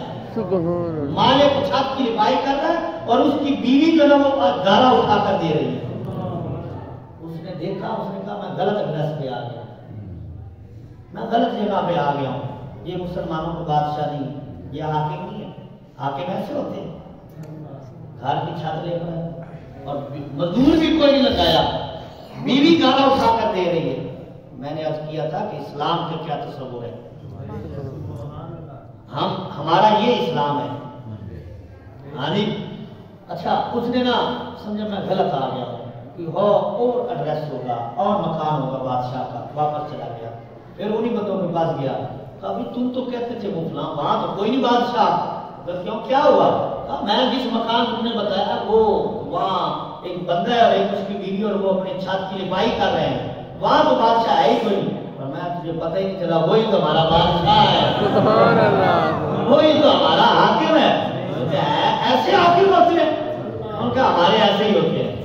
اللہ اکبر. یہ فاروق اعظم کی ایک تصویر ہے, یہ فاروق اعظم کی ایک تصویر ہے کہ جب کہ آپ کے پاس روم کا قاصد آیا تھا تو آپ ایک درخت کے نیچے اینٹ کا سرانہ بنا کے جو ہے ہاتھ میں ٹیک لگا کے, نیچے بستر بھی کوئی نہیں ہے, مٹی کے اوپر آرام کر رہے ہیں. وہ دیکھ کر اس نے کہا یہ بادشاہ ہوتا ہے, یہ بادشاہ ہوتا ہے. اس نے کہا چلو پھر موقع مل گیا ہے, ہمارے بڑے بڑے بادشاہ اس کے نام سے کانپتے ہیں, آج یہ اکیلا ہے, اگر میں اس کا کام تمام نہ کر دوں. تو اس نے نکالی تلوار, ادھر اس نے تلوار نکالی, ادھر زمین سے 2 شیر نکل آئے. اللہ اکبر. تلوار گر گئی اور اس کے عالم کی آنکھ کھلی اور فرمایا کیا ہوا ہے؟ اس نے سارا قصہ بتایا. اور میں تجھے پتہ ہی نہیں ہے اللہ نے ہمیں عزت کس وجہ سے فرمائی ہے, عطا فرمائی ہے. فرمایا ہمارے عہدے, ہمارے مکان, ہمارے محلات ہماری عزت کا سبب نہیں ہے, ہماری عزت کا سبب حضور کی غلامی ہے. ہماری عزت کا سبب حضور کی غلامی ہے. جب تک وہ غلام تھے حضور نے عزت عطا فرمائی تھی, جب تک ہم اسلام کے حقیقی غلام تھے اللہ نے ہمیں عزت عطا فرمائی ہوئی تھی. اب اگر ہمیں کسی ملک میں برا کہا جا رہا ہے مسلمانوں کو, اگر ہماری عزت نہیں کی جا رہی تو وہ اسلام کا قصور نہیں ہے, ہم جیسے مسلمانوں کا قصور ہے. ہم نے غلط چہرہ پیش کیا لوگوں کے سامنے اسلام کا. اسلام کا یہ چہرہ نہیں ہے, اسلام کا یہ تصور نہیں جو ہمارے ہاتھ سے جاتا ہے کہ مسجد میں کسی کی جوتی سلامت کوئی نہیں ہے, نمازی کا جو ہے وہ سامان محفوظ کوئی نہیں ہے, مسافر تو مسافر تھا, نمازی کو امن کوئی نہیں ہے. تو باقیوں کا پھر کیا حال ہوگا؟ رابطے گھر میں جب کسی کو امن کوئی نہیں ہے تو باہر کیا حال ہوگا؟ ہماری مساجد میں بم دھماکے نہیں ہو رہے, درباروں پہ بم نہیں گرائے جا رہے, یہ اسلام کا تصور نہیں ہے. تو حضرات گرامی, اس نے کہا کہ وہی بادشاہ, وہ آیا, اس نے خط دیا حضرت عمر بن عبدالعزیز کو, کہا یہ ہمارے پوپ کا خط ہے, سنیے ذرا, طیب ادھر دیکھو. اس نے کہا کہ یہ ہمارے سردار کا خط ہے. حضرت عمر بن عبدالعزیز نے خط کھولا اور بات جب پڑھی نا تو وہیں بیٹھ کر جواب لکھا, وہیں بیٹھ کر جواب لکھا. کہا کہ شام سے پہلے پہلے عدالت لگاؤ اور عدالت کے فیصلے کے مطابق یہ شہر چھوڑ دو۔ اب خط جب پہنچا، مسلمانوں کا قاضی آیا، اس نے سپہ سالار کو بلا لیا، فوجیوں کا چیف جسٹس، اس کو عدالت نے حاضر کر لیا۔ سارے عیسائی دیکھ رہے ہیں کہ یہ مسلمان کرنے کیا لگے، کیونکہ مسلمانوں نے فتح جو کر لیا تھا۔ قاضی بیٹھا، جج آ گیا، اس سپہ سالار کو بلایا گیا جو فوج کا سردار ہے، بلایا گیا، سامنے اٹھایا گیا، کہا بتا انہوں نے تیری شکایت کی ہے کہ اس نے پہلے بتایا نہیں ہے۔ حالت اسلام کہتا ہے جس علاقے پہ حملہ کرنا ہے پہلے ان کو خبر کرو۔ حضرت علی رضی اللہ تعالیٰ کا قول ہے، آپ فرماتے ہیں حضور نے مجھے فرمایا کہ جب کسی علاقے پہ حملہ کرنا ہو تو رات اس کے قریب گزارو، اگر وہاں سے اذان کی آواز آ جائے تو واپس آ جاؤ۔ یہ اسلام ہے، یہ اسلام ہے۔ فرمایا اسلام پیش کرو، کلمہ پڑھ لے تو ٹھیک ہے، نہ پڑھے پھر ان سے کہو ٹیکس دو، اگر ٹیکس بھی نہ دیں تو پھر ان سے جو ہے جہاد کرنا ہے، پھر لڑائی کرنی ہے۔ لیکن حضرت علی فرماتے ہیں حضور نے مجھے فرمایا کہ جب تو لڑے تو کسی بچی کو نقصان نہیں پہنچانا، کسی بچے کو نقصان نہیں پہنچانا، عورت پہ ہاتھ نہیں اٹھانا، عورت پہ ہاتھ نہیں اٹھانا، ان کی فصلیں نہیں برباد کرنی۔ یہ اسلام ہے۔ حضرت علی فرماتے ہیں حضور نے مجھے حکم دیا ہے کہ جہاد میں لڑنا اس سے ہے جو مقابلے میں آئے، گھر بیٹھے کسی پہ حملہ نہیں کر دیتا۔ یہاں تو لوگ نماز پڑھ رہے ہوتے، لوگ حملہ کر دیتے، کہتے ہمدردی ہو گئی۔ بھائی نمازیوں کو مارنے سے کون سی تجھے جنت ملے گی؟ ہاں جی، نماز پڑھ رہے ہیں نا، اگر دربار پہ جا رہے ہیں تو وہاں بھی تو قرآن ہی پڑھا جا رہا ہے۔ دربار پہ مسجد نہیں ہے، کون سا دربار ہے جہاں مسجد نہیں ہے؟ داتا صاحب مسجد نہیں ہے، بابا فرید نگر مسجد نہیں ہے، حضرت سلطان باہو مسجد نہیں ہے، بلکہ اصحاب کہف کا تذکرہ ہم قرآن میں پڑھتے ہیں، جہاں ان کے مزار ہے نا اس کے قریب بھی مسجد ہے۔ مسجد میں کون سی جنت ملے گی؟ وہ ایک شخص بات سناتا ہے کہ ایک مجاہد نو ان کا مجاہد ہے، وہ کسی کے خواب میں آیا، اس نے کہا برود تھوڑا ڈالا کرو، وہ کہتے ہوں کہتے ہیں برود اتنا زیادہ تھا میں جنت سے آگے چلا گیا۔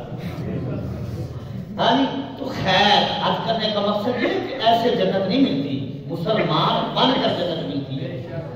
اللہ اکبر۔ عدالت لگی، عدالت جب قائم ہوئی، فوج کا چیف جسٹس سردار سپہ سالار جج کے سامنے بیٹھا، اس نے کہا ہاں بھائی تو نے ان کو بتایا کہ میں نے آپ پر حملہ کرنا ہے، تیار ہو جاؤ؟ اس نے کہا جی میں نے نہیں بتایا۔ کہا ان کو اسلام کی دعوت دی ہے؟ اس نے کہا جی میں نے نہیں دی۔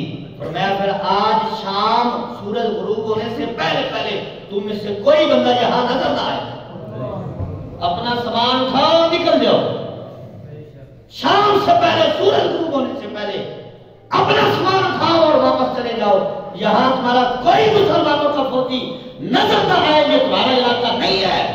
عیسائیوں نے یہ بات دیکھی کہ سورج غروب ہونے کے قریب تھا اور جتنی فوج تھی، جتنے مسلمان وہاں تھے، انہوں نے اپنا سامان باندھا اور ملک کے دروازے پہ، شہر کے دروازے پہ آ گئے، تو سارے عیسائی اکٹھے ہو کر آ گئے۔ ان کا یہ عجیب منظر دیکھا ہے کہ علاقہ فتح کر لیا ہے، کعبے بھی ہو گئے ہیں، ہم زیر تسلط بھی آ گئے ہیں، ہمیں غلام بنا بھی لیا ہے۔ لیکن کیسا اسلام ہے، کیسا دین ہے کہ اسلام کہتا ہے کہ چلے جاؤ، کیسے یہ فرما بردار مسلمان ہے کہ ہمیں فتح کر کے پھر چھوڑ کر جا رہے ہیں۔ ان کا اب تم جاؤ نا، حقیقی حاکم اب تم بھی ہو، اب اس کے حاکم، اس شہر کے حاکم تم ہی نہ ہوں گے اور ہم آپ کے زیر تسلط رہیں گے۔ بلکہ بہت سارے عیسائی تھے جنہوں نے یہ بات دیکھ کر کلمہ پڑھ کے مسلمان ہو جاتے ہیں۔ اللہ اکبر، یہ اسلام ہے۔ ہاں جی، کہ فتح علاقہ کر لیا ہے، لیکن پھر بھی حکم ہوا ہے تو چھوڑ کے جا رہے۔ کہاں اصلی حاکم تم ہو، ہاں جی، اصلی مسلمان تم ہو۔ انہوں نے ملک بھی دے دیا سمرقند کی تاریخ آپ پڑھ کے دیکھ لیں کیسے فتح ہوا، ملک بھی دے دیا، غلام بھی بن گئے، بلکہ کلمہ پڑھ کے مسلمان ہو گئے۔ ہمارے وہ لوگ تھے، ہمارے بزرگ تھے کہ جن کو لوگ دیکھ کر کلمہ پڑھ لیتے تھے اور ہمیں دیکھ کر لوگ ویسے بیدار ہو جاتے۔ ہاں جی، تو ایسا کام نہ بندہ کرے کہ جس سے لوگ اسلام سے دور ہوں، لوگوں کو قریب کرنا چاہیے۔ ہمارے بزرگوں نے، ہمارے صوفیاء نے اپنے کردار سے لوگوں کو قریب کیا ہے. ہاں جی ہم کہتے ہیں کہ حضور نے اخلاق کے ساتھ دین پھیلایا. یہ علیحدہ بات ہے کہ تلوار سے بھی پھیلا ہے. جہاں تلوار کا موقع تھا وہاں تلوار اٹھائی ہے, جہاں اخلاق کا موقع تھا وہاں حضور نے اخلاق پیش کیا ہے. ہاں جی 13 سال مکہ کی زندگی میں حضور نے اخلاق ہی کو دکھایا. مکہ شریف میں حضور 13 سال رہے ہیں اعلان نبوت کے بعد, نہیں تلوار اٹھائی, اخلاق دکھایا ہے, کردار دکھایا ہے. بلکہ حضور کہتے ہیں کہ تاتاریوں نے اور منگولوں نے اسلام کا جو حال کیا, مسلمانوں کا جو حال کیا, اور انہوں نے اتنا اسلام کو دبایا, اگر صوفیاء نہ ہوتے, صوفیاء کا کردار نہ ہوتا تو اسلام دوبارہ زندہ ہوتا جو ہے وہ نظر نہیں آتا تھا. اگر اسلام کو دوبارہ زندگی ملی ہے تو یہ کسی اور کی وجہ سے نہیں, یہ صوفیاء کے کردار کی وجہ سے. لوگ ان کو دیکھ کر کلمہ پڑھ لیتے, جو دیکھتا جاتا وہ مسلمان ہوتا جاتا. یہ صوفیاء نے اپنا کردار پیش کیا ہے, کردار سے, اخلاق سے اسلام کے لوگوں کو قریب کیا ہے. قرآن کہتا ہے قد افلح المؤمنون. یہ آیت کریمہ میں نے پڑھی تھی, چلو اس کا ترجمہ کر کے پھر سلام پڑھتے ہیں. سبحان اللہ, سبحان اللہ. وقت کافی ہو گیا. قرآن کہتا ہے قد افلح المؤمنون, اور میں کامیاب وہ ہے جو ایمان لے کر آیا. کامیاب وہ ہے جو مسلمان ہوا ہے, جس نے کلمہ پڑھ لیا, کامیاب وہ ہے. تو حضرات جب ہم لوگ ہی کامیاب ہیں, ہم مومن ہیں الحمدللہ. اللہ تعالیٰ نے قرآن میں فرمایا یا ایھا الذین آمنو, اے ایمان والو. آپ دیکھیں باقی بھی ایمان والے تھے, جس نے حضرت موسیٰ علیہ السلام کے دور میں کلمہ پڑھا وہ ایمان والا تھا, جس نے حضرت عیسیٰ علیہ السلام کا کلمہ پڑھا ان کے دور میں پڑھا وہ ایمان والا تھا, جس نے ابراہیم علیہ السلام کو مانا وہ ایمان والا تھا, حضرت آدم علیہ السلام پر ایمان لانے والے. بلکہ الغرض جس نبی نے کلمہ پڑھا ان کے دور میں وہ ایمان والے تھے, لیکن قرآن میں ان کو ایمان والا نہیں کہا گیا. اگر یہ سند, یہ اعزاز اللہ تعالیٰ نے عطا فرمایا تو حضور کے صدقے حضور کے غلاموں کو عطا فرمایا. یا ایھا الذین آمنو, یہ پاک اللہ تعالیٰ نے مسلمانوں کے سر پہ رکھی ہے. یہ پاکی ہے نا ایمان کی. ہاں جی اللہ تعالیٰ نے ایمان عطا کیا ہے, ہم تو نہیں لا سکتے تھے, اللہ کی توفیق سے ہوا ہے. ہاں جی اللہ تعالیٰ نے ایمان عطا کر کے کیا فرمایا, وَلِلَّهُ يَمُنُّ عَلَيْكُمْ, فرمایا یہ تمہارا کوئی نہیں کمال, اللہ نے تم پر اپنا احسان فرمایا کہ ان اسلموا, اللہ نے اسلام کی دولت عطا کر دی ہے. یہ ایمان کی بہت بڑی دولت ہے. قد افلح المؤمنون, اور یا ایھا الذین آمنو یہ قرآن میں مسلمانوں سے خطاب ہے, اور کتنی بار خطاب ہے, کوئی ایک دو بار نہیں, 88 مرتبہ اللہ تعالیٰ نے ہمیں یہ خطاب فرمایا. قیامت تک جو کلمہ پڑے گا اس سے یہ خطاب ہے یا ایھا الذین آمنو, اے ایمان والو. سبحان اللہ. آگے بتایا احکام اس سے آگے آتے ہیں. شروع میں اللہ تعالیٰ نے جب خطاب فرمایا کیا فرمایا, یا ایھا الذین آمنو, یہ ہمارا کوئی نہیں کمال ہے, یہ صدقہ حضور کا ہے. ہماری عبادتیں, ہمارے چہرے کوئی اتنے سونے کوئی نہیں ہے, ہم کوئی بہت عبادت گزار پہلے لوگوں سے زیادہ نہیں ہے. یہ تو حضور کا کرم ہے کہ اللہ نے حضور کے صدقے ہمیں شب معراج بھی عطا کر دی ہے, شب برات بھی عطا کر دی ہے. یہ تو اللہ تعالیٰ نے کرم فرمایا ہے, احسان فرمایا ہے کہ ایمان بھی خود عطا کیا ہے, اور پھر ایک پگ بھی ہمارے سر پہ رکھ دی ہے. یا ایھا الذین آمنو, جب باپ کی پگڑی بیٹے کے سر پر آتی ہے نا تو رشتہ دار کہتے ہیں یہ تیرے باپ کی پگ ہے, خیال کرنا. ہاں جی یہ کہتے ہیں جب کوئی شاگرد سند فراغت حاصل کرتا ہے, مدرسے سے فارغ ہوتا ہے, اس کے سر پہ پگڑی باندھی جاتی ہے اور کہا جاتا ہے اس کا خیال کرنا ہے آپ. تو اللہ تعالیٰ نے ہمیں ہر مومن کو پگڑی عطا کی ہے, یا ایھا الذین آمنو.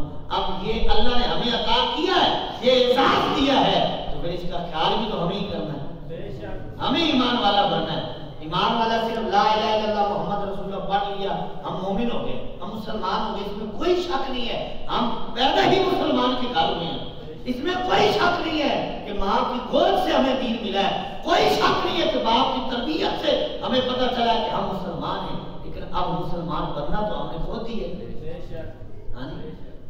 ہمیں اپنے اندر غور کرنا چاہیے. ہر بندہ جب ہم لوگ کہتے ہیں کہ فلاں کو دیکھو, فلاں یہ کر رہا ہے, فلاں یہ کر رہا ہے, بھائی جو مرضی کر رہا ہے تو اپنے آپ کو دیکھ تو کیا کر رہا ہے. ہم نے ساری زندگی اس میں گزار دینی ہے. غلام کیا کہے گا, وہ کیا کہے گا, وہ کیا کہے گا. میں نماز پڑھوں, میرا دادا کیا کہے گا, میں نماز پڑھوں, میرے رشتہ دار مجھے کہے گا نمازی بن جاؤ, مسیحی ہو گیا. مسجد جاتا ہے, میں نماز پڑھوں, مجھے کیا کہیں گے. ساری زندگی یقین مانے ہم اس بات میں گزار دیتے ہیں. لوگ کیا کہیں گے, لوگ عبادت نہیں کرتے, نیکی نہیں کرتے, لوگ کیا کہیں گے, دور ہو جاتے ہیں نیکی سے. لیکن لوگ کیا کہتے ہیں, آپ کو پتہ ہے لوگ کیا کہتے ہیں, جب بندہ مرتا ہے لوگ کیا کہتے ہیں, انا للہ و انا الیہ راجعون. اور کیا کہتے ہیں, لوگوں کو دیکھتے رہنا تو پھر آپ کام کر ہی نہیں سکتے, کوئی کام نہیں کر سکتے, دنیا کا آپ کر ہی نہیں سکتے. کیا آپ کاروبار کریں گے تو لوگ نہیں باتیں کریں گے. ہاں جی, آپ بازار میں جائیں گے تو لوگ نہیں باتیں کریں گے. ہاں جی, آپ دکان ڈالیں اس پہ لوگ نہیں باتیں کریں گے. ہر کام پہ لوگ بات کریں گے. جب ہر کام میں لوگوں کی باتیں ہم برداشت کر رہے ہیں تو پھر اس میں بھی کوئی تھوڑا بہت برداشت کر رہے ہیں کہ چلے 5 وقت کی نماز مسجد میں جا کر ادا کر لیں.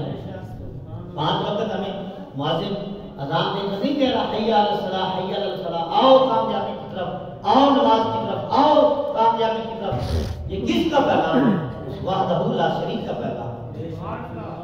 جب اسلام نے ہمیں اتنے پاکیزہ اصول عطا کیے, اسلام نے ہمیں زندگی کا بہترین نمونہ ہمارے سامنے رکھ دیا ہے, تو پھر ہم اسلام سے غافل نہیں. ہم دین, اس پیارے دین سے, دین اسلام جیسا پیارا دین یقین مانیے اس کائنات میں ہے ہی کوئی. لوگ جو مرضی دعوے کرتے رہیں, ہم کسی کی نہیں سنتے, ہمیں کسی سے لینا دینا نہیں ہے. ہمیں لوگوں کے دعووں پر نہیں جانا, ہم نے حضور کی زندگی کو دیکھنا ہے. ہم نے اپنا قرآن دیکھنا ہے کہ قرآن ہمیں کیا کہہ رہا ہے. آپ بتا سکتے ہیں کہ قرآن جیسے پیارے اصول کسی مذہب میں ہو سکتے ہیں. جو حضور نے ہمیں اصول پیش کیے ہیں, عطا کیے ہیں, یہ اصول کسی مذہب میں نظر نہیں آتے, صرف اسلام میں نظر آتے ہیں. اب اگر ہم اس پہ عمل نہ کریں تو اسلام کا قصور نہیں ہے, قصور ہمارا ہے. قصور ہمارا ہے کہ ہم دور ہوتے چلے جا رہے ہیں.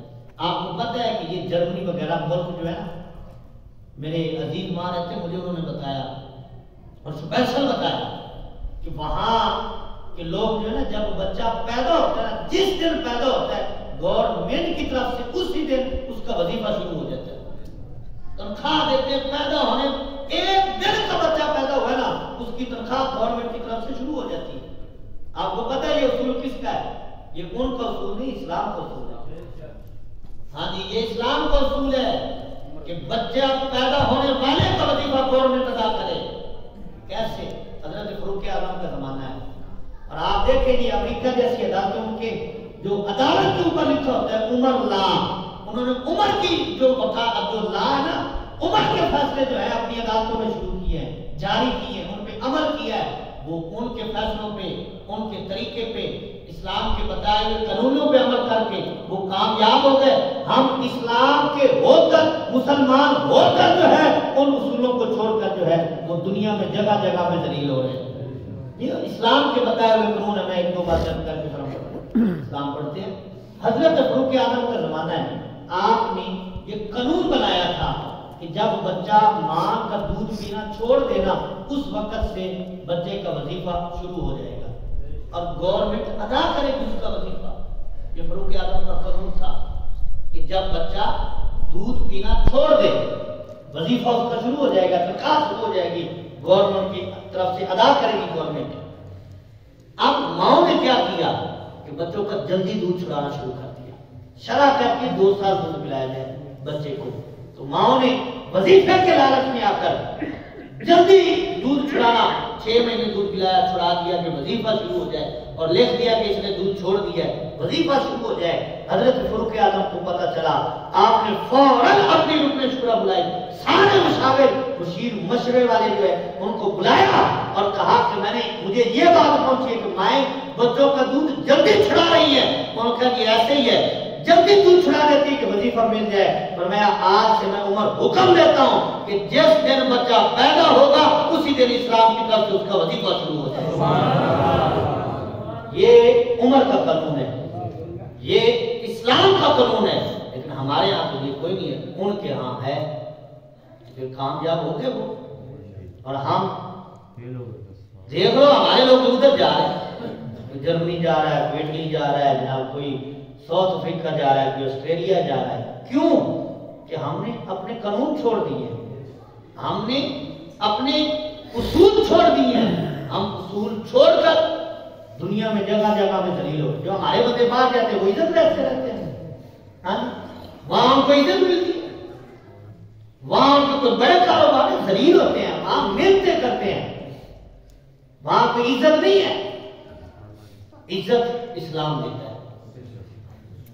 ایک شخص بتاتا ہے، میں نے بات پہلے بھی سنائی ہے، ذوق کے لیے پھر سنا رہا ہوں. سبحان اللہ. ہاں جی، نعت خان سے جو ہم کہتے ہیں کہ یہ نعت کل سنائی تھی آج پھر سنا، چلو ایک گل ساڈے کو ہی دوبارہ سن لو. سبحان اللہ. ایک شخص باہر گیا، جب وہ کمپنی نے اس کو بلایا کسی ملک میں، جب وہاں اترا تو آگے سے وہ کمپنی کے بندے جو ہیں ان کو مقرر کردہ وہاں پہنچ کے اس کو لینے کے لیے جب وہ اترا تو ایئرپورٹ سے جب باہر نکلنے لگا نا، تو جب دروازے کے قریب آیا تو دروازہ اپنے آپ کھل گیا. وہ ڈر کے پیچھے آ گیا، ان کا پتہ نہیں کیا ہوا، دروازہ کیوں کھل گیا. پھر قریب ہوا تو پھر دروازہ کھل گیا، وہ پھر پیچھے آ گیا. وہ جو بندہ اس کو لینے کے لیے آیا اس نے اس کا بازو پکڑا، کہا چل. تو کہا نہیں، مجھے پہلے یہ بتایا یہ دروازہ کیسے کھل رہا ہے، اس کے پیچھے کوئی مشین ہے یا کوئی بندہ بیٹھا ہوا ہے کہ جو مجھے دیکھ کر دروازہ کھول رہا ہے. اس نے کہا نہیں، کوئی بندہ نہیں ہے، یہ سسٹم ہی لگا ہوا ہے کہ جب بندہ قریب آئے دروازہ کھل جائے، جب بندہ گزر گیا دروازہ بند ہو گیا. اس نے کہا یہ بتا یہ کیسے ہوا. اور نے کہا میں تجھے بتاتا ہوں، چل تو صحیح. اس نے کہا نہیں، تو بتائے گا تو پھر ہی جاؤں گا. اور کہ نہیں چل کو لے گیا، اس کو جانا تھا. وہاں جب پہنچا اس نے کہا یار میری تھکاوٹ بعد میں اترے گی، میں تجھ سے بات میں کروں گا، کھانا بعد میں کھاؤں گا، لیکن پہلے مجھے بتا کہ یہ دروازہ کھلتا کیسے ہے. اس نے بڑا کچھ بتایا کہ اس کے اندر سینسر لگا ہوا ہے، اس کے اندر یہ لگا ہوا ہے، بندہ قریب آتا ہے اس کو محسوس ہوتا ہے، وہ کھل جاتا ہے. اس نے کہا نہیں، یہ بنایا کیسے ہے؟ اس نے کہا قرآن سے بنایا. اور اس نے کہا قرآن سے بنایا. وہ اور حیران ہو گیا کہ یہ دروازہ انگریزوں کے ہاں اور قرآن سے بنایا ہے. انہوں نے کہا جی پھر کیسے قرآن سے، ہمیں بھی بتاؤ. کہا قرآن پاک میں ایک سورت ہے جس کا نام سورہ یوسف ہے. سبحان اللہ سبحان اللہ. اس نے کہا قرآن میں ایک سورت ہے جس کا نام یوسف ہے. اس نے کہا ہاں قرآن میں سورت ہے، نام اس کا یوسف ہے. اس نے کہا یہ دروازے کا اس سے تعلق کیا ہے؟ اور میں اس کا تعلق یہ ہے کہ جب وہ اللہ کے نبی دروازے سے نکلے، وہ حضرت زلیخا سے اپنا کپڑا چھڑا کر نکلے تو کیا دروازے کوئی کھول رہا تھا کہ اپنے آپ کھول رہے تھے؟ سبحان اللہ. یہ قرآن کہتے ہیں دروازے اپنے آپ کھول رہے تھے. تو کہا کہ ہم نے اس دن سے تحقیق کی کہ کوئی دروازہ تو ایسا ہوتا ہے کہ بندہ قریب آئے تو وہ کھل جاتا ہے. وہ کہنے لگا یہ دروازہ ہم نے کوئی اپنی مشینری سے نہیں بنایا، اس دروازے کا اصول ہم نے قرآن سے تلاش کیا ہے. جب ہم نے قرآن کو دیکھا تو ہمیں ایک دروازہ ایسا مل گیا کہ بندہ قریب آئے دروازہ اپنے آپ کھل جائے. ہاں جی، تو کچھ دروازے ایسے ہیں. کہا ہم نے قرآن سے تلاش کیا ہے. وہ قرآن سے سب کچھ تلاش کر رہے ہیں. ہم کا ہاں جی، ہمیں تو قرآن دیکھ کر پڑھنا پورا نہیں لگتا. ہمارا حال تو یہ ہے کہ ہمیں قرآن دیکھ کر نازا پڑھنا صحیح نہیں آتا. بہت سارے ایسے ہوتے ہیں جن کو آتا ہی نہیں ہے، حالانکہ ہم ہیں مسلمان ہی. ہاں جی الحمدللہ ہم ہیں مسلمان ہی. تو قرآن کو سمجھنا، پھر قرآن کا مفہوم، قرآن کا مطلب، یہ تو بات کی بات ہے. بہرحال آج کی ساری باتیں جو میں نے عرض کرنی تھی وہ تو رہ گئی، لیکن جو عرض کر دی اسے قبول کر لیجیے. سبحان بات یہ ہے، لمحہ ہے کہ ہم مسلمان بنے، ہم مومن ہیں. قد افلح المؤمنون، اللہ نے ہم سے وعدہ فرمایا ہے. تو ہم اس قابل بھی ہوں کہ ہمیں کوئی دیکھ کر کہے کہ واقعی مسلمان جا رہا ہے. اللہ تعالیٰ